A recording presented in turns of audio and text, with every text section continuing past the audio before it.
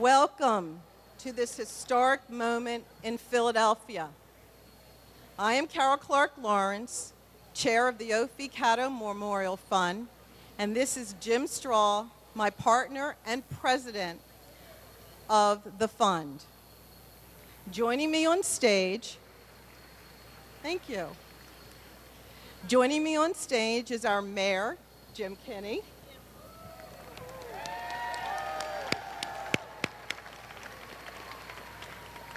V. Chapman Smith, our VP of the O.V. Catto Lodge.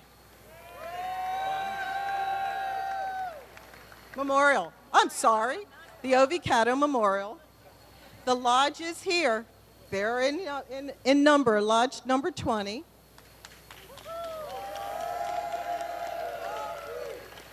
And our most esteemed guest, Brandley Cadet,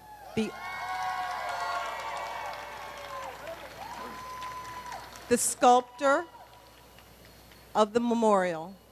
We're also thrilled to welcome the family of Octavius V. Catto, the great-great-nephew of Octavius. The family is here. Let's make sure we give them a round of applause. And if you're here, wave your hand.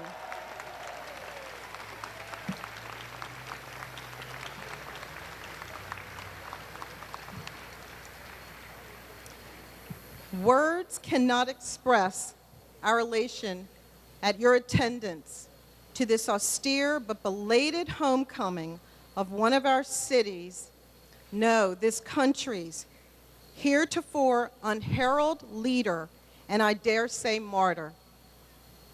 Over 15 years ago, then City Council member Jim Kinney's vision to create a memorial dedicated to Octavius V. Catto spurred a life of its own as the merits of this pursuit ignited the commitment of Jim Straw, Deb Mahler, V. Chapman, and myself, along with an illustrious committee of individuals that focused on fundraising and the message.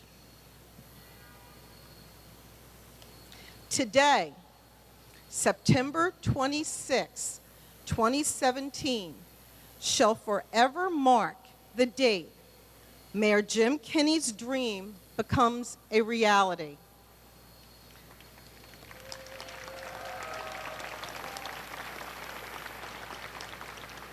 We are thrilled to celebrate the legacy of Octavius V. Catto, and we welcome him to his City Hall home, where this memorial will become the first dedicated to a sole African American. For me, it is very difficult after 15 years and a huge effort to reach this wonderful conclusion. It is hard for me not to fight back tears of joy. In a few short moments, you will learn more about the extraordinary life and accomplishments of Octavius Valentine Catto. It was an historic and heroic life. Also a very interesting life, as here is a man with many facets and many interests.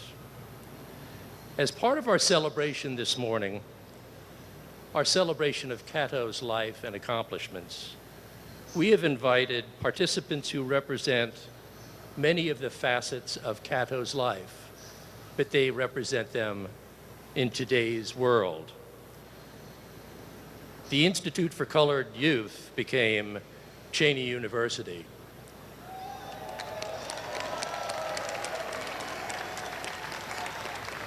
And we are honored to have Cheney board members, officers, and alumni. Catto was an educator. We are blessed to have the School District of Philadelphia and a powerful array of educators and interpreters with us this morning.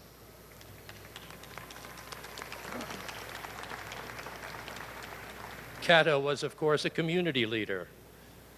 And this morning we have representatives of the Union League of Philadelphia, Catto was closely aligned to the Union League during the war and after the war as his attention turned from Civil War to civil rights. His military service is remarkable, and we have representatives from the Pennsylvania National Guard. He was a major in the Pennsylvania National Guard, the O.V. Catto Society, the American Legion Post number 405, Military Order of the Loyal Legion of the United States, and the 3rd Regiment of the United States Colored Troops here with us today.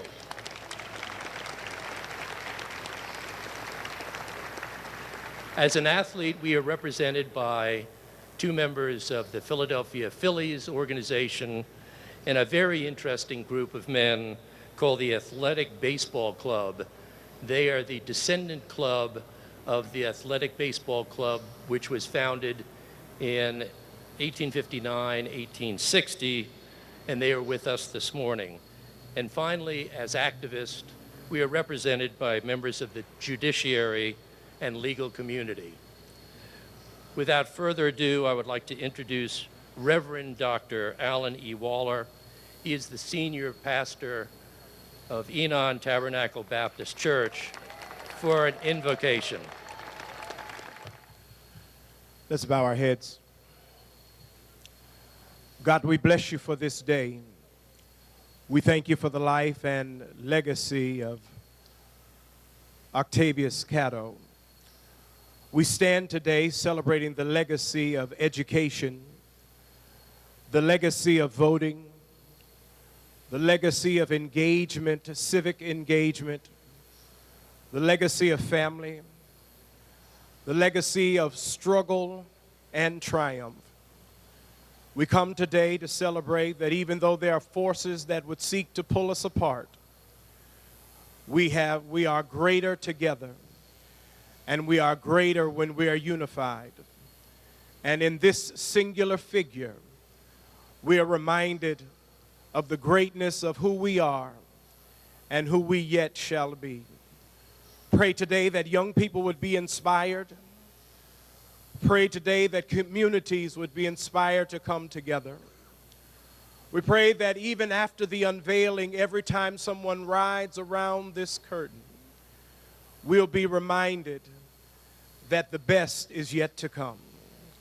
For indeed, we sit on an old mat weaving a new one. We weave a new history, a new destiny, and we thank you that it begins in this historic figure. Bless now all who will speak. Bless all who will participate. Bless us, O God, that we might live up to the high ideas of O.V. Catto. I ask this in the name that is significant to me, the name of Jesus the Christ, I do pray.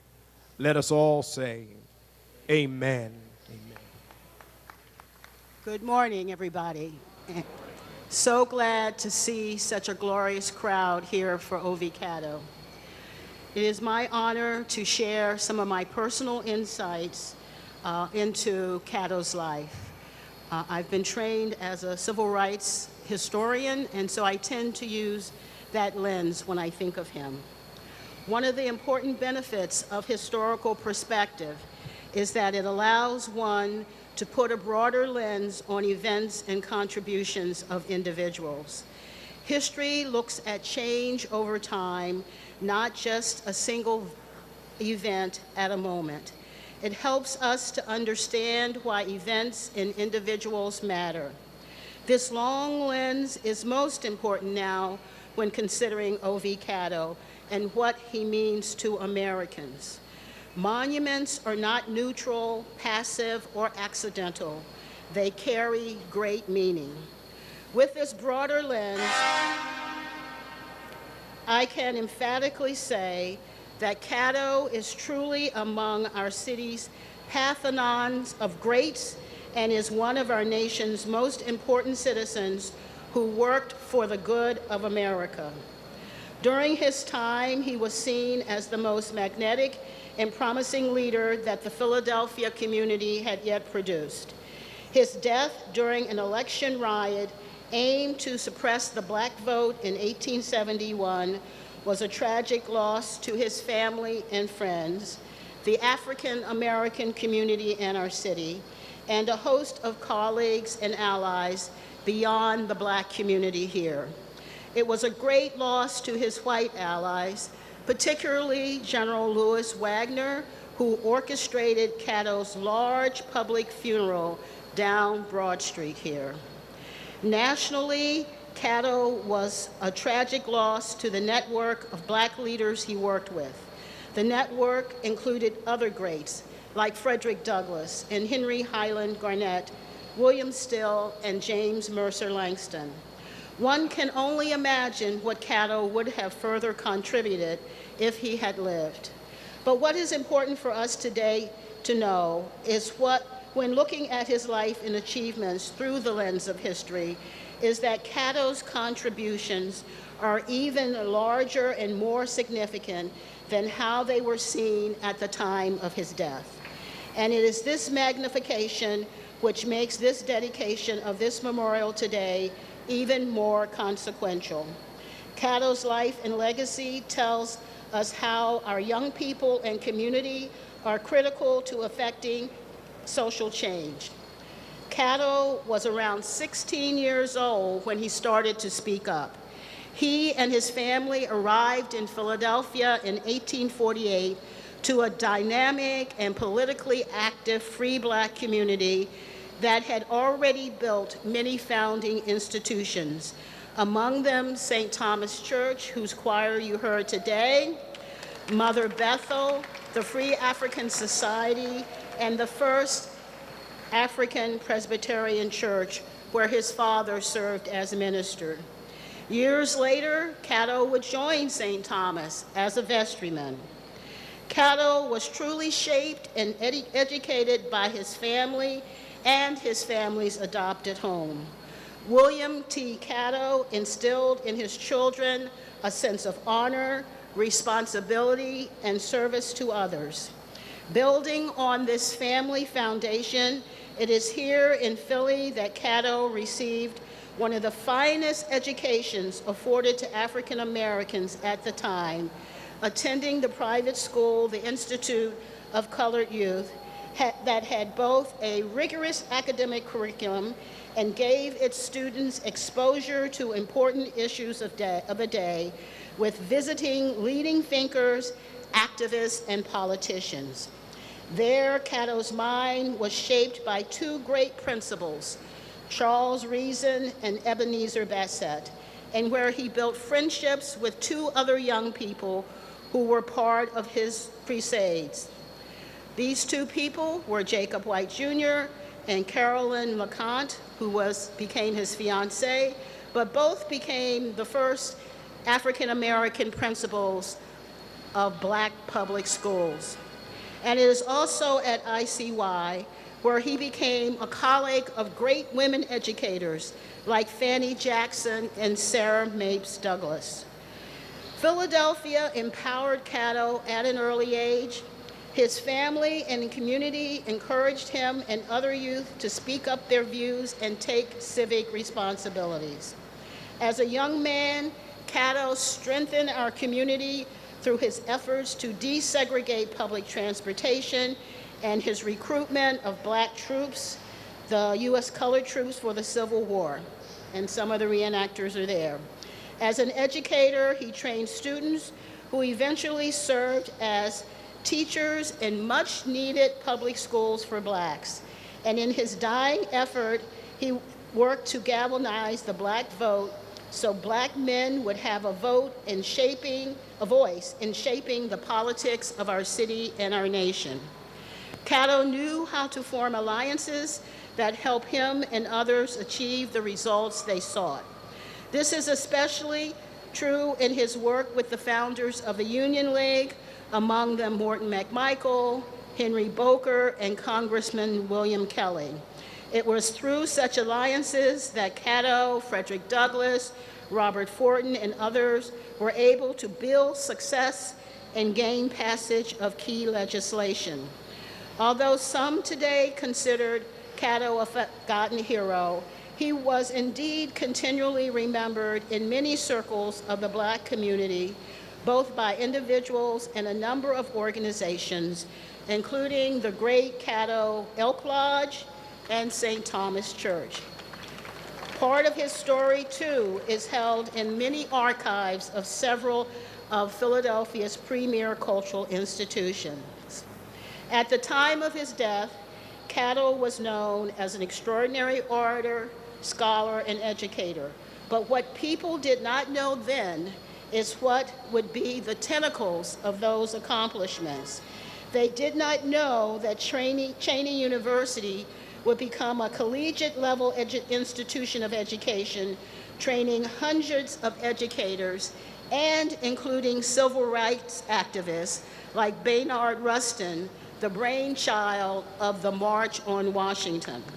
They did not know that the Pythian Baseball Club, even though it dissolved after his death, that its name would be resurrected in the National Negro Baseball League and represented in the Baseball Hall of Fame in Cooperstown. What they did not know is that Catto's work in establishing public schools for freedmen and free blacks in Washington, D.C. would produce the most prestigious black high school in our nation by the end of the 19th century that gave us such accomplished graduates as Sadie Tanner Alexander, the granddaughter of Catto's friend, Benjamin Tanner, and A.M.E. Bishop, Charles Hamilton Houston, who was known as the man who killed Jim Crow and was law professor and mentor to Thurgood Marshall, and that school would provide faculty positions for people like Carter G. Woodson, the father of Black history, who was born 4 years after Catto's death. Most significantly is that at the time of his death, they did not realize that his greatest contribution to our nation would come from his national work in ratifying the 13th, 14th, and 15th Amendments to our Constitution. This is something we have only truly begun to understand now, and that is because we have the vantage point of hindsight. Catto was Philadelphia's standard bearer in this effort for constitutional changes. He was an officer in the Pennsylvania Equal Rights League, an arm of the National Equal Rights League. These freedom amendments, which the great Charles Sumner called sleeping giants, marked America's second revolution, forever changing the potential of what our country could aspire to be.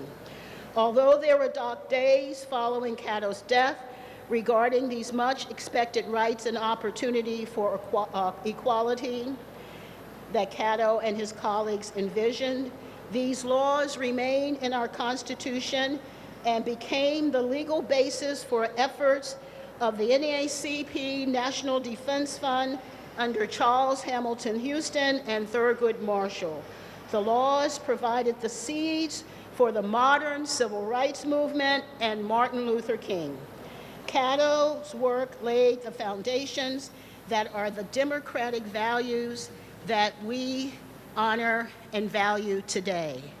Yes, the issues of citizenship and voting rights and equality and opportunity remain unresolved, and it is for us to continue Catto's work today.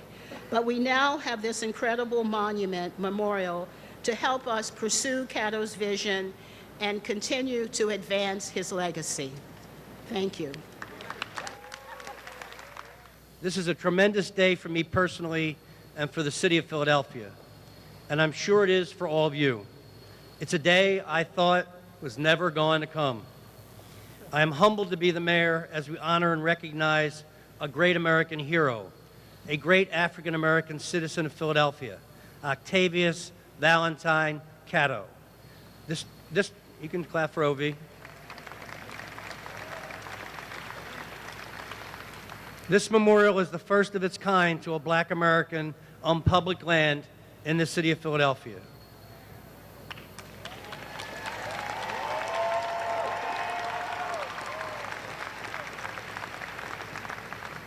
It has been a 15-year journey to get us here today. It started with our first meeting at the Union League that Carol and Jim and Debbie Mahler, my current deputy mayor, organized. After that, there were countless other meetings, fundraisers, receptions, meeting with the Arts Selection Committee, as well as our wonderful artist, the great Brantley Cadet. While many people have been involved in this project, too many for me to individually name and thank today, I must recognize and thank Carol, Jim, and Debbie, because without all of their hard work and dedication, this memorial would never have been built. It has been a true labor of love. While it's worth reflecting on the passage of those 15 years, during which time America elected our first African-American president, Barack Obama,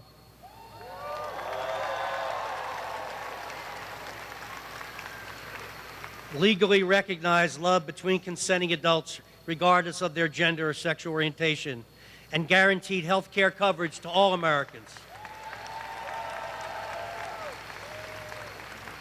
We must also reflect on the passage of the 146 years, almost to the day, on October 10th, 1871, a young 32-year-old Philadelphian was gunned down on South Street while urging other black men to vote in the first federal election after the enactment of the 15th Amendment, guaranteeing them the right to vote.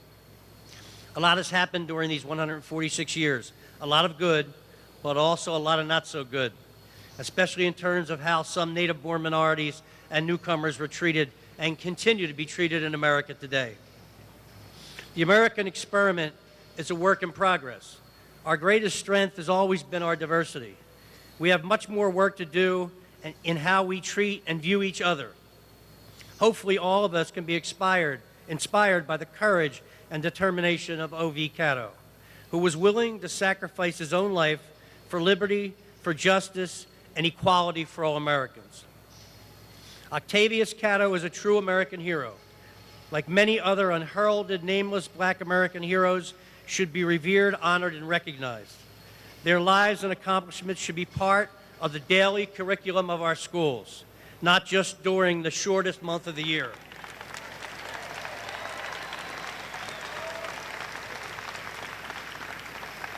O.V. Catto's story is the story of a courageous, unsung young American military hero who, like countless other unknown and seldom recognized black Americans, contributed so much to make America great.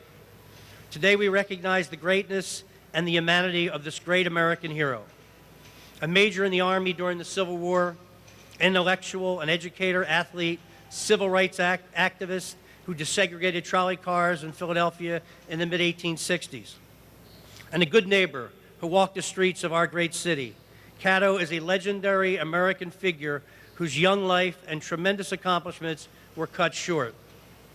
But finally, he's being honored and publicly recognized today for generations to see, admire, and be inspired by, right here on the southwest corner of City Hall.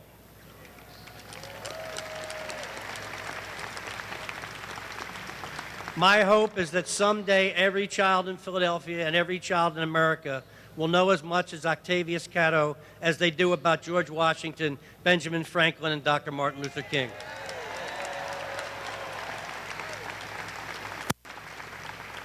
I want to take a moment to recognize the family of O.V. and thank them for traveling so far to join us today. The city of Philadelphia welcomes you and shares in your pride.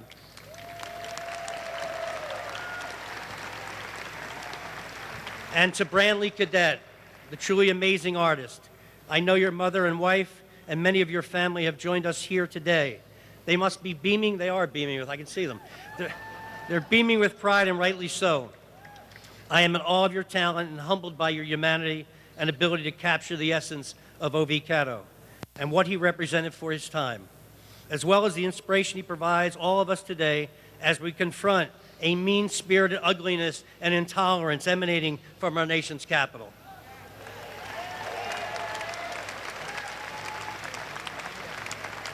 An intolerance that seeks to divide rather than unite this nation. I want to thank each and every one of you for coming today and for being good citizens of this great city and for helping make Philadelphia the greatest, most welcoming and diverse city in the world. And I want to say to all the children who are assembled here, and I'm so happy and so touched that there are so many young people here today.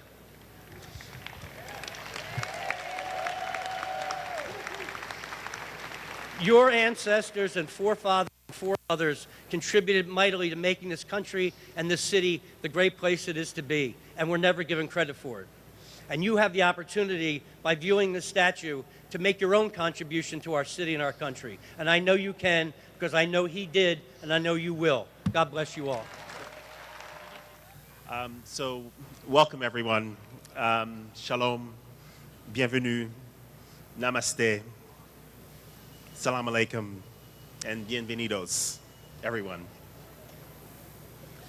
Usually when I unveil a piece, I prefer to keep my comments very brief and really allow the sculpture to speak for itself and for the viewers to have an opportunity to discover their relationship to the piece and to themselves. So I'll keep my comments short. In this design, I have endeavored to not only celebrate the life of Octavius Catto, but also the values that Catto and his peers embodied so brilliantly: respect, growth, fairness, education, upliftment, and civic engagement. I pray that I have come close to meeting this goal, for these, I believe, are the values that represent the best of Philadelphia and the best of our beleaguered and beloved America. May the unveiling of this memorial herald a new era of celebration, herald a new era of acknowledgement and understanding, and herald a new era of deep and lasting healing. Finally, may the unveiling of this memorial herald an era of harmony among us all. Thank you. The memorial consists of a collection of sculptural elements set in a circular arrangement. The elements include a granite abstraction of an 1860s trolley car, each engraved and adorned with text and images of Catto's various accomplishments in education, the military, sports, activism, and leadership. We are blessed to have the 3rd Regiment U.S. Colored Troop here with us this morning, including an honor guard and a group who is ready to fire the first salvo. There will be 3 salvos, 1 for the trolley, 1 for the voting box, and 1 for the sculpture. Allow us to have, gentlemen, the first volley.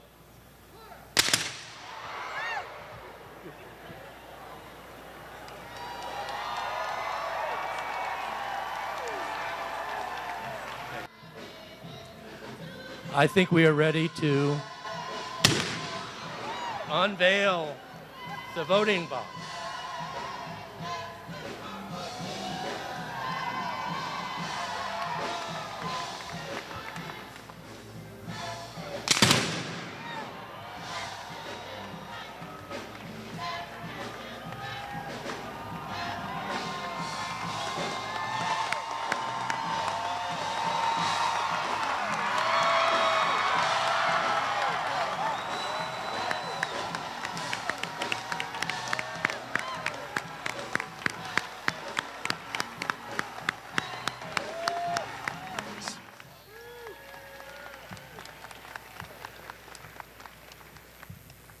My brothers and sisters,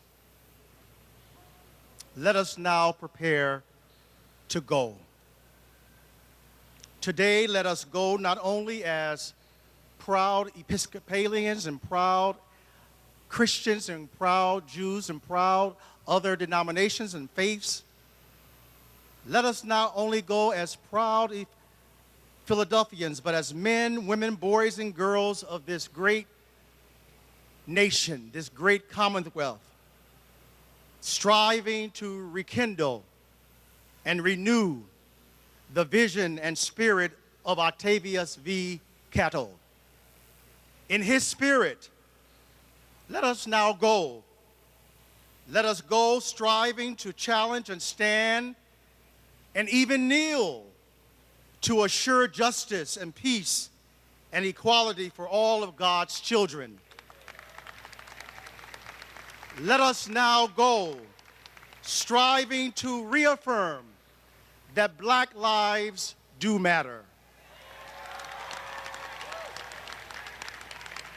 Let us go now, striving to respect the dignity of every human being. Let us go striving to eradicate all forms of racism, all forms of sexism, all acts of xenophobia and homophobia, all behaviors of discrimination, prejudice, oppression, and degradation. My brothers and sisters, let us go. Go being inspired and empowered by your God and the love and spirit of Octavius v. Catto. And as we go today, may we go being empowered by the words of that old Negro spiritual. Let us walk together, children. Don't you get weary. Let us talk together, children. Don't you get weary. Let us work together, children.